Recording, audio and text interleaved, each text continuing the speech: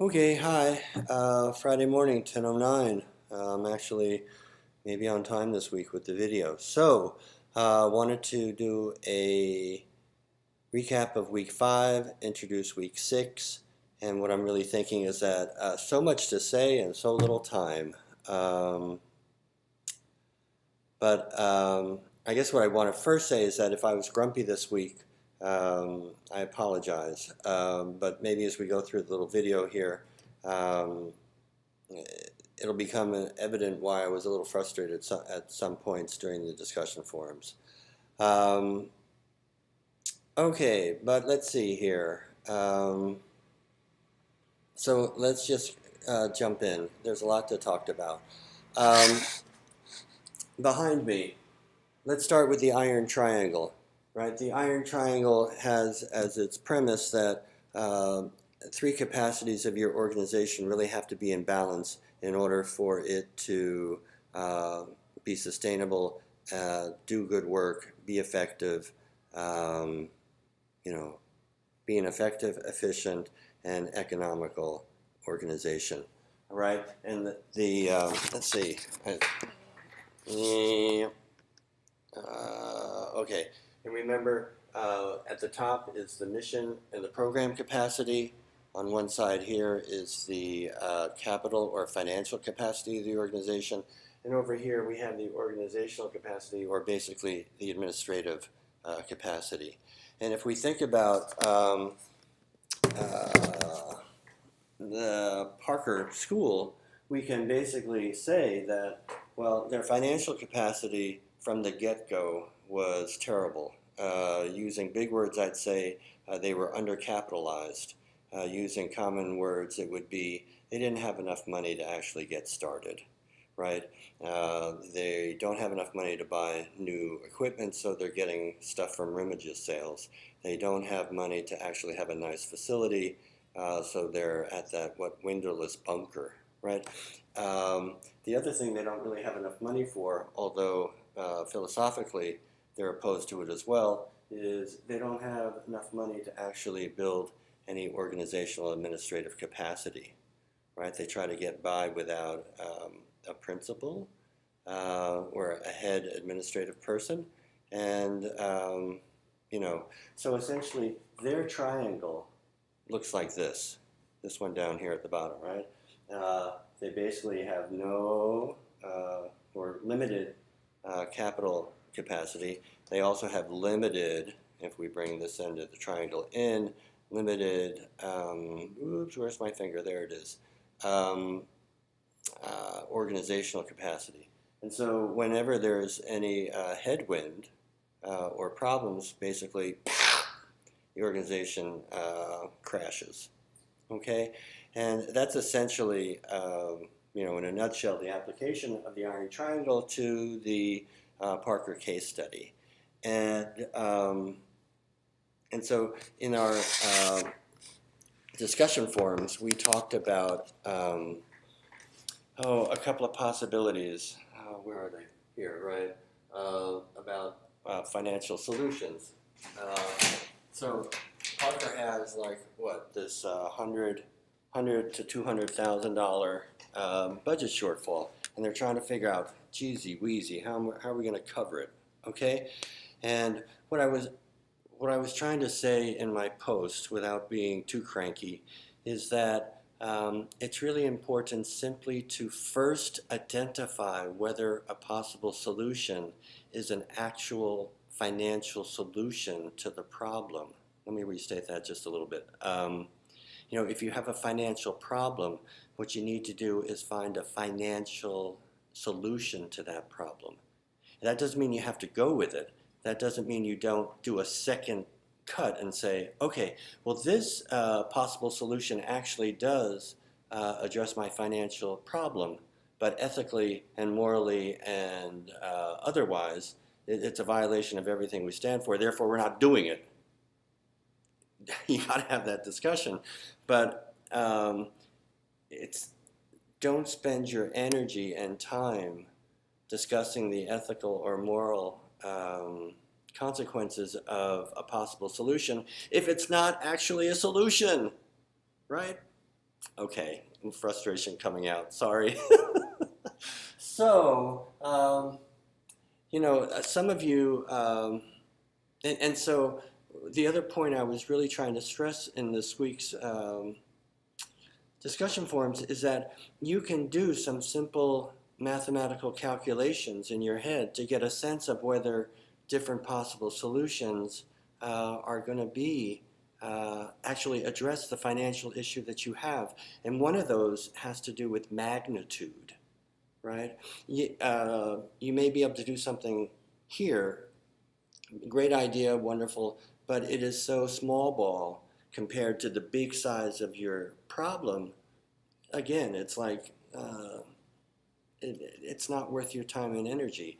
And so I really want to commend Forrest, I want to commend Kevin, I want to commend Elizabeth. Those are the three that stand out in my mind here, and there may be some others. I don't mean to shortchange anybody else, but they tried to actually think about the financial dollars and cents of different solutions that were discussed in the case study. And I guess all I'm trying to emphasize and really stress here is that life and case studies are often just mathematical word problems. And if I took the liberty here of going back to, put on the board here that classic mathematical word problem that we have in, I don't know, your Algebra 1 class. Remember that, there's a train leaving Chicago and it travels at 50 miles an hour. This is a regular Amtrak train. And there's also a train leaving New York going to Chicago. Right? The Chicago train's going to New York. The New York train's going to Chicago. The New York train's an Acela train, so it goes really fast. It's 100 miles an hour. And you have to say, well, when will they pass one another? Do you remember that? That's a classic one that comes to mind. And so the answer is 100x plus 50x, x meaning hours, equals the distance between the two, 790, and that's 150x. 150x equals 790, divide through by 150, and you get the number of hours when they're going to cross one another. So it's going to be about, 150 into 800 goes 1, 2, 3, 4, 5. 5 hours, they've covered 750 miles. So, it's like 5 hours and 20 minutes or something. Okay? The point being, if you don't see the world, if you can't see the world and see the word problems that are presented to you, and this is sort of foreign to the way you think, you need to make sure you have somebody on your staff who thinks like that. Because without this sort of enumerate capacity, as Bob Bain and Mr. Volpel talk about in their quick analysis book that we read in 605, you really can't lead from an informed position. Okay, so let's just take a look for a moment at the 5 solutions. We talked about the student mix. It's unlikely that can be changed in the magnitude that's needed in order to address the $150,000 or possibly $200,000 shortfall. We talked about state funding. It's a long-range proposition, and it may be a little unfair to bring this in, right? I teach all the courses. But in the law and policy course that you'll be taking in summer 2,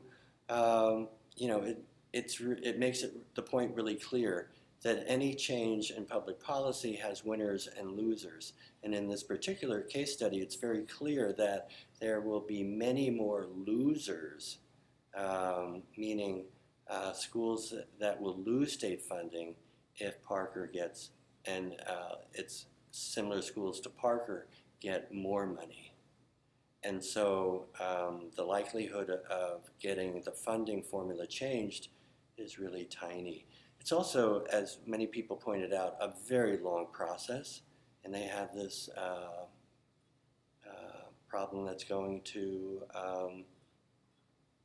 a financial problem that's hitting them right here in the nose here and now. So it might be an okay long-term solution, even though it's a long shot, but it's not going to help them right away. Another one had to do with getting donations, increase your donations from individuals and foundations. As you know from your 605 course, I'm not really high on fundraising. Now that doesn't mean it's not great and it doesn't have a place in the financial strategy of all nonprofits. However, I'm always stuck on the point that what percentage of nonprofit funding comes from donations as a sector?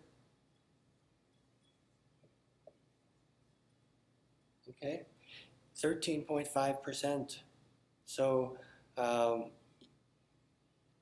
it's not where the big money comes from. That's not to say it doesn't. It's not the majority of some nonprofits, donative nonprofits, but in my worldview, it's not the brass ring that that other people might see it as. Okay, so I don't mean to totally dump on fundraising, but I did ask the pointed question: would you want to donate to an organization that seems to be in structural financial difficulty? And it goes back to the discussion we had in 605 about, would you bail out a financially failing organization? And in that discussion, many of you said no. So, if you apply it then to Francis Parker,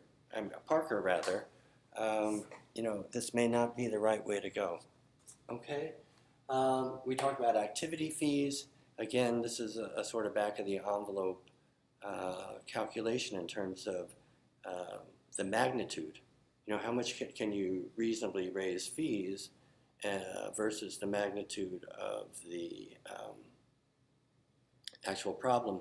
And we know that on average people are already paying $250 some odd in fees. So how high can we raise them, particularly knowing that most of these kids come from lower income neighborhoods at this point? Okay, and then lastly, earned income. And okay, so I have a bias. Flat out, I have a bias toward trying to figure out how to use an organization's assets to create unrestricted revenue streams through earned income. Okay, that was the key to the New Stage Theater case we had in 605, and I think it's the key in many different areas. And it is the key to the Parker case study. And if you go to the website now, as it was hinted at in one of the discussion forums, you'll see that they have a Ted Sizer Center for Teaching Excellence, and they use the Parker School as their sort of model school that they show off. And so the funds flow back and forth between this Sizer Center for Excellence and the school. Okay? All right.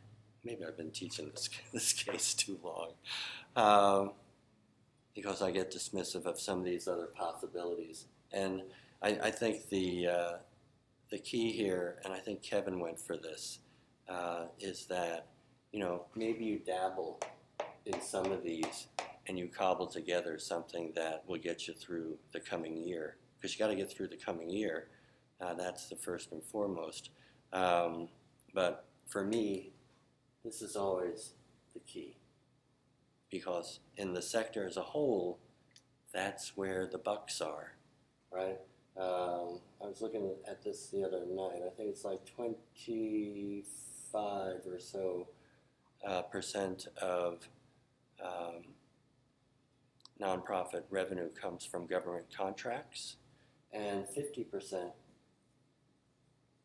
comes from fee-for-services from private payers. Okay, so when you think about it as a whole, earned income is where the money is. This is private giving. It's important, but it's not the engine for the sector as a whole. And the other thing about this is that this has always been stuck at 2% of personal disposable income since the late 50s, when they started collecting information on this, on the percentage of money people give to charitable causes. Okay, enough. Week 6. In week 6, we're going to turn to a different way of thinking about planning for the future. And to this point, we've kind of looked at, you think about where you are, you think about where you want to go, you may envision where you want to go and then come back to where you are, but essentially you're trying to plan out step by step by step how to get to the future, how to get to be in the right place at the right time with the right capacity always, okay?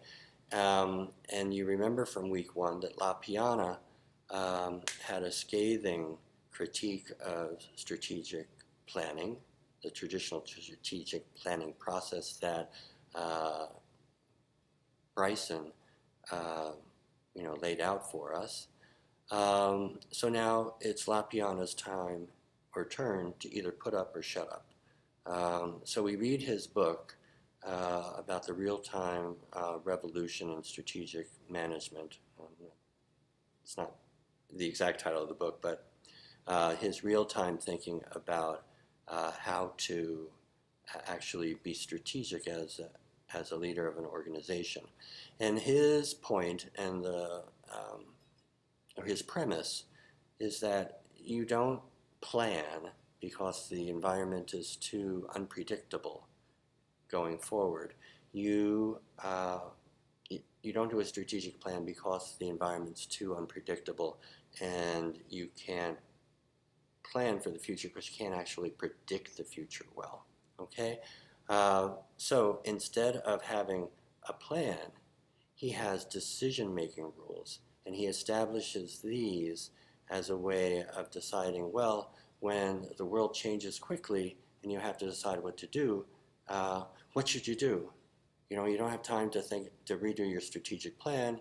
It takes 6 months. You have to make a decision right away. Well, if you have decision-making rules for things you will and won't do, or decision-making rules for how to make a decision, hey, we can just follow the rules, make a decision. Hopefully it'll be a right one. So on page 26, here, I'll get rid of this so we can see this a little clearer. Okay, yeah. On 26, he has a model of his strategic thinking model. And the first part has to do with figuring out kind of like who you are as an organization. And this really goes back to some of the themes in 605 about being, recognizing that even though you're in the nonprofit sector, you are competing for funds. You're competing with your other nonprofit sisters and brothers.